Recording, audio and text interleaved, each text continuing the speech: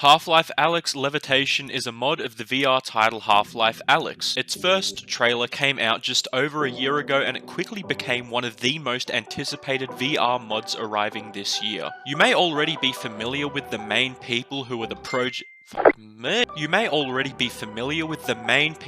project leads of this mod. Sean Snelling, or better known as FMPONE, is responsible for the fan favorite maps Santorini and Season. Some say these are the best unofficial defuse maps for CSGO ever created, and this individual also is one of the level designers responsible for the remake of Cache in Global Offensive. Another project lead for this mod is CoreyLaddo, previously known for his glorious Half-Life shitposting with japanesebushbaby, as well as another user posting meme-like content, Kamegatze, who is one of the leads in creature animations. It's actually really awesome to see Corey and Kamegatze in particular, who racked up millions of views in short animated funny videos, to actually take on a giant project of this caliber and do it as well as they have. And with Sean's understanding and experience in level design already sets this up to be a one-of-a-kind modification in the Half-Life series. These three people are incredibly talented and definitely put a lot of effort into this whole adventure. I'll begin this video with spoiler-free thoughts on how the adventure played out and how compelling the narrative was, and the overall performance of this game before getting into the story summary. If you want to skip ahead, timestamps are in the description. The story picks up right after the events of Half-Life Alyx and follows Alyx Vance returning to City 17 alongside Russell on a mission to find a mysterious levitating building that popped up in the Sector X region. Other members of the Resistance such as Maya and Barry went investigating inside Sector X, however their signal went quiet and Vance is left to infiltrate by herself to save her friends, and possibly the whole Resistance. It goes without saying that this mod is not canon and it most likely won't ever be. It's quite a short experience overall. It's around 3 to 4 hours and acts as a sort of spin-off DLC for the masterpiece that is Half-Life Alyx. There are some bugs with performance and overall save files. Some people have had their save file corrupted, but I highly recommend for you to play this game yourself if you have Half-Life Alyx. It's a free experience and it's a lot of fun, but let's start with the overall adventure of this game. It was great. I liked it a lot. The map and level design were extremely cool and it had me pausing to take in the surroundings just as much as I did with the base game. The puzzles were very similar to the base game, that they all had pretty much the same puzzles with the exception of two that really annoyed the hell out of me, maybe because I'm a bit dumb, but they didn't really make much sense at all. But if you want to play a Half-Life DLC type game where you fight heaps of zombies, combine head crabs, and go through magnificently detailed areas, this will definitely be a no-brainer to get. The combat overall was very responsive and it felt like I was right back inside Half-Life Alyx. But yet again, I wish the adventure lent into the horror aspects that Alyx failed to capture. Alyx is by far one of the best VR titles you could get right now, and I understand that Half-Life isn't exactly a horror game strictly, but there were some great opportunities for the developers to lean into the fact that you're inside this world virtually and attempt to scare the shit out of you a little bit with zombies and jump scares and all of that. And while there's some eerie moments within this mod that play out really well, they did play it safe just like Valve did, and you won't poo-poo your pants, but I understand that this isn't seen as the biggest drawback a game could have if it's not meant to. The story on the other hand was a bit lackluster in my opinion. The voice acting was great and they did a great job creating all the things they did inside a VR mod with such a smaller team than Valve. However, the narrative wasn't as compelling as I would have liked. Obviously, it's a mod and they wouldn't want to touch or mess up something that Valve have built up within their lore, which could indeed be why there wasn't much of a story. But anyway, with that out of the way, now we're getting into spoiler territory as I give you both a rundown of the events that happened previously within Half-Life Alyx and the events that happened with Half-Life Levitation. So it's here that I urge you to play both games yourself as they're incredible experiences, then later come back to this video for a refresher if you wish to do so, but this will be your first and last spoiler warning. We ready? Okay. Half-Life Alyx is set 5 years before the events of Half-Life 2, and the story is pretty straightforward. Eli Vance and the newcomer Russell have located a suspected superweapon on board a giant floating building inside City 17's quarantined zone. Eli Vance eventually decrypts information revealing that it's not a superweapon they're going after, it's a prison protecting someone. At this point in time, everyone, including the player, is fooled to believe that this person is Gordon Freeman. However, as Vance heads in to infiltrate the area, it's eventually uncovered that this person is not Gordon Freeman and it's actually the G-Man, and you have now let the G-Man loose. The G-Man conveys his gratitude for his freedom by offering Alyx Vance something she doesn't know she wants yet. He brings Alyx Vance years into the future to witness the death of her father during the cliffhanger of Half-Life 2 Episode 2 and offers to change this outcome if she so desires. She inevitably kills the advisor before it's able to kill her father and is promptly hired, or in other words, captured by the G-Man, holding her in stasis up until the next mission. Now onto Levitation. During the introduction, you get a view of the building you infiltrated in Half-Life Alyx exploding, and out of the explosion comes the G-Man. The G-Man is impressed at what he calls an exercise and suggests to start over and over again, urging you to continue to survive unless you choose a more liberating alternative. This liberating alternative is hard to wrap my head around. I'm not sure if he's referring to suicide or Vance deciding she doesn't want to work for the G-Man anymore, but nevertheless, the G-Man says he doesn't want to lose someone as reliable as Vance, and leaves her in stasis for a while longer, until she is awoken, then touches a green orb to teleport inside a Combine facility.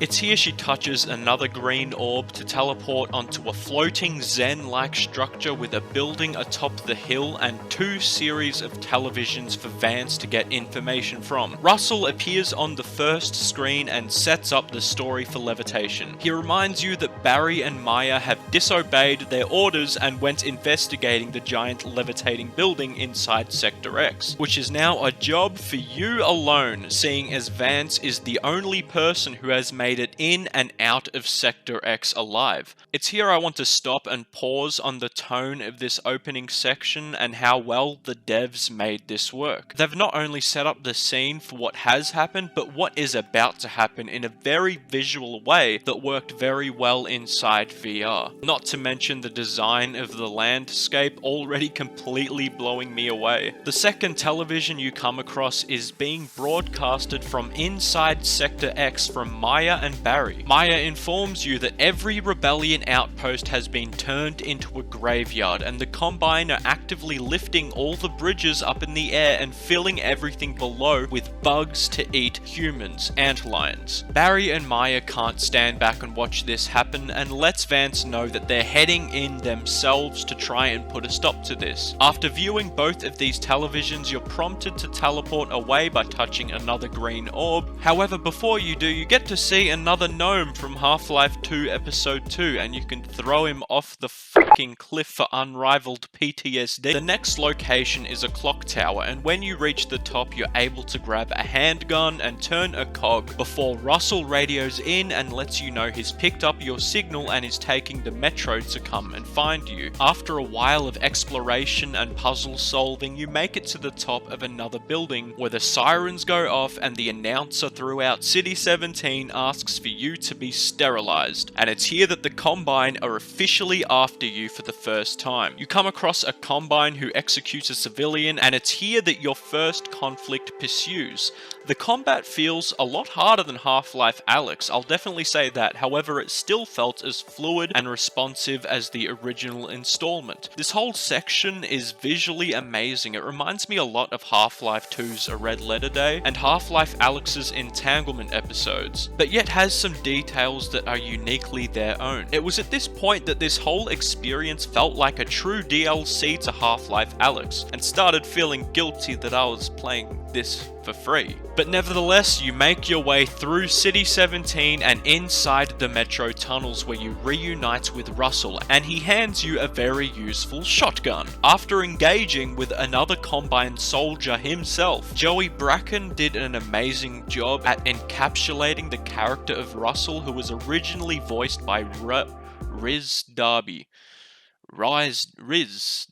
and captured his humor really well. But nevertheless, you now need to make your way through the metro facility to board a train and head towards Sector X. And the train section was an absolute banger. Alyx makes her way through the train carriages, opening the doors, and it's always unnerving not knowing what's on the other side. And eventually other trains come to either side of you, and you have Combine soldiers attempting to take you out from the other trains. This is easily one of the coolest and most enjoyable missions this mod has to offer, and from what I know, there isn't any metro train combat present within the main Half-Life installments, which makes it all the more impressive. You climb on top of the train after dealing with waves of Combine soldiers and carefully maneuver around mines placed by the Combine, and make it to the front of the train to pull the emergency brakes, crashing the train in the process, and you somehow survive. The following mission is probably one of the creepiest. You make your way out of the crashed train to pass zombies doing their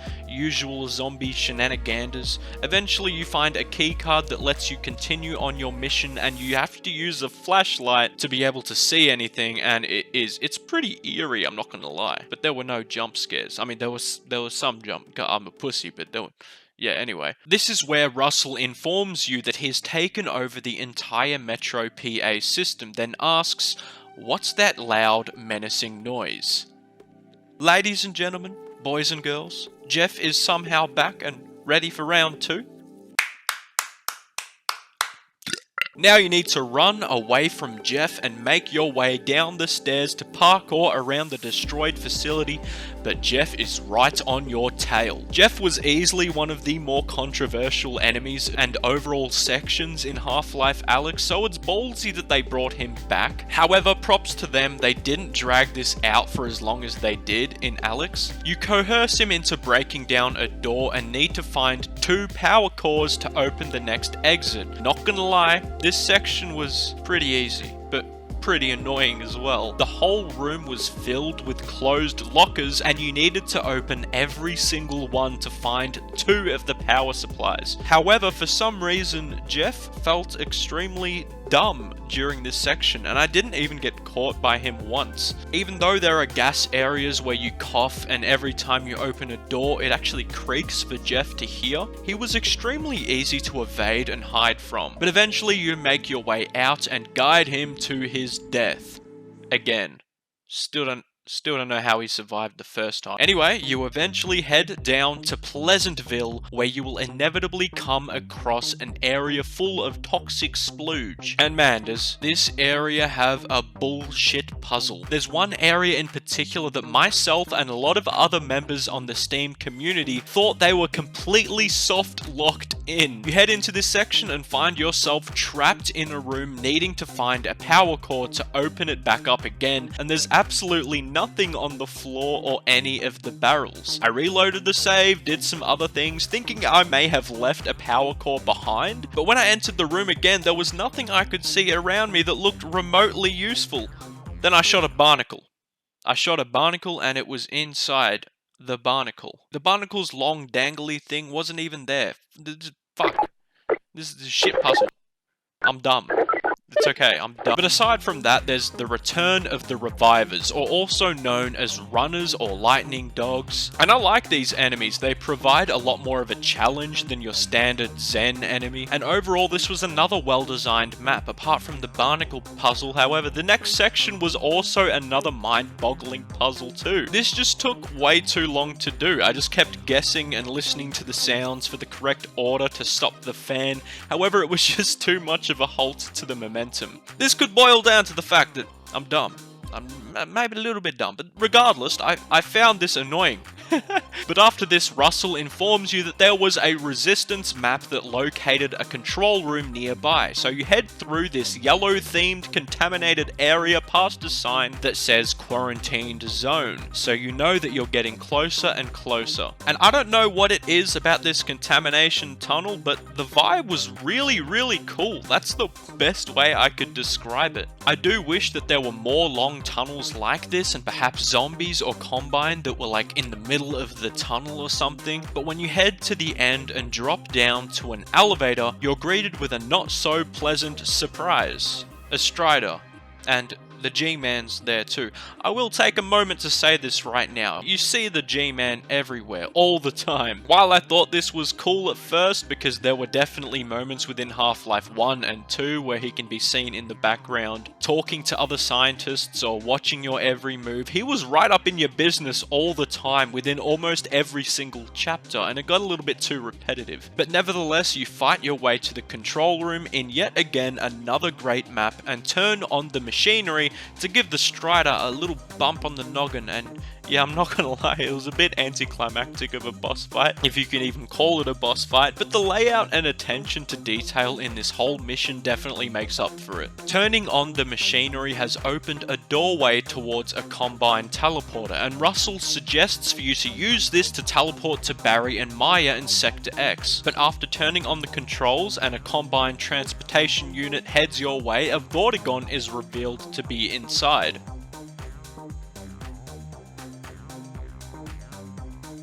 The Vortigaunt insists for you to make your own fates and uses his vortescence in an attempt to repurpose the machine. However, before going any further, you are swiftly met with the G-Man himself yet again. Hey guys, Moldy Fish Sticks. I'm editing right now and I don't know what's going on with my camera. I only just noticed this. It didn't look like this when I was playing, but I don't know, something's going on. I like how the G-Man waited for the Vortigaunt to use their vortescence before taking this opportunity to speak to Alyx Vance, because it shows that the developers took note of how he did this exact same thing in Half-Life 2 Episode 2 when he talked to Gordon Freeman. The Vortigaunts are actually able to stop the G-Man's shenanigans whenever they want. However, if they are in the process of using their vortescence, they're unable to protect or detect or put a stop to the G-Man's shenanigans. But I like this throwback and overall understanding of the lore of Half-Life. I also think it's a great callback to how in this exact same scene in Half-Life 2 Episode 2, the G-Man's motivation for talking to Gordon Freeman was to deliver Alyx Vance to the White Forest facility safely, where Eli Vance was originally killed and where the G-Man brought Alyx Vance to stop those exact events just previously. And the G-Man even says within this first sentence, Miss Vance, isn't that feeling called deja vu? This was directed really well in my opinion, and I gotta give credit where credit's due. The G-Man speaks a lot more coded here than he previously had, stating that there is overwhelming odds to making the wrong decision, which he will punish Vance for, but also, there is no decision. Maybe this could be a hint that this game is a mod, and since it's not canon, it has no decisive outcome, since it won't affect what happens in any of Valve's future installments. He wishes you good luck and suggests that this may be your final meeting. After the G-Man leaves you, once again you finally make it to Sector X, Levitation's endgame. After fighting through some regular antlions and blue antlions, you continue through Combine structures on your search for Barry and Maya. You enter an area where you're stripped of all your guns and get given those classic green energy blaster hand things that the Combine have conveniently placed in your way after already knowing your abilities with it at the end of Half-Life Alyx. You drain all of the energy around this semi-obstacle course within this Combine facility and eventually throw one at the Combine Advisor, bringing down the entire structure. It's at this point that Russell says forget about Barry and Maya because the Combine are on full alert. So you continue through, still with the energy beams and no bullets, and I have to admit I hated these sections in Half-Life Alyx and hated them in this game too. And none of that has to do with the game. It's my fucking controllers. I throw it and point exactly where I want the beam to go, and it either doesn't work at all or just pisses off to Dubai. So I scrubbed the living daylights out of this mission, but yet again, problem on my end, and it has absolutely nothing to do with the devs. You eventually drain enough energy to escape and come across yet again a bloody disastrous but spectacular sight. The advisor appears from the rubble and it's pissed, like really pissed. Hey, leave her alone! Barry! I'm sorry, this final scene, although really cool, was very comical compared to the other scenes. Maya aims at the advisor and only needs 2 shots from a handgun to kill an advisor, but anyway, Barry and Maya thank you for saving them, saying that they were trapped and whatever the Combine were doing with their experiments has been put to an end. All looks good and well. You finally completed your mission and reunited with Barry and Maya, but out of the rubble come more antlions, and just where all hope seems lost, the G-Man. The G-Man pulls you out of your situation and places you in stasis again, simply stating that you should try all of this again, and the game comes to an end. This whole experience was phenomenal and something everyone should download if you own a VR headset, but that's not to say the story was up to scratch. I honestly felt it was a bit lacking in character development and motivations. I still don't know why Alyx felt as if she needed to go after 2 complete strangers who we've never met before who decided to go to Sector X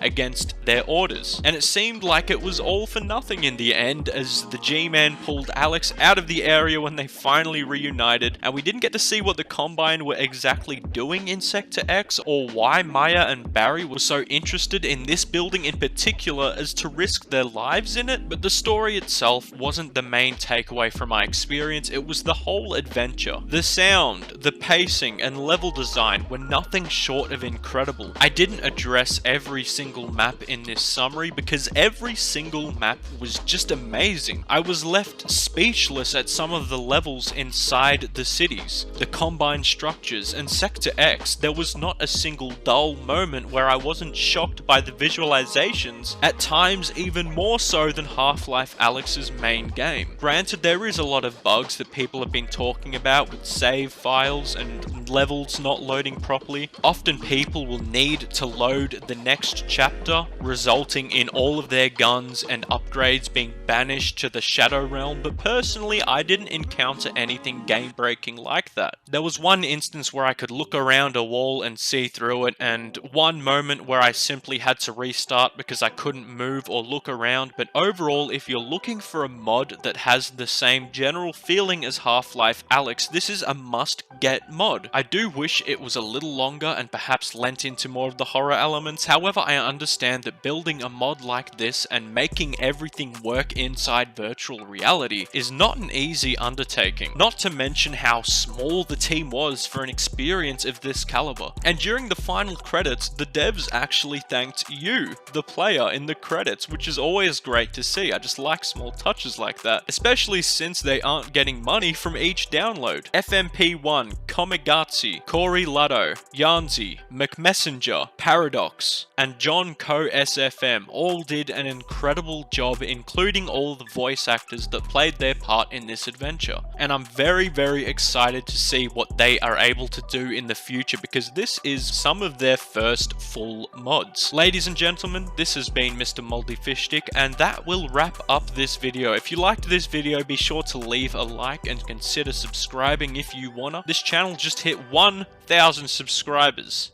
which is all thanks to you, and that really means a lot. But yet again, thanks for watching, and I'll catch you in the next video. As always, stay safe, stay humble, stay sexy. Mwah, mwah, mwah.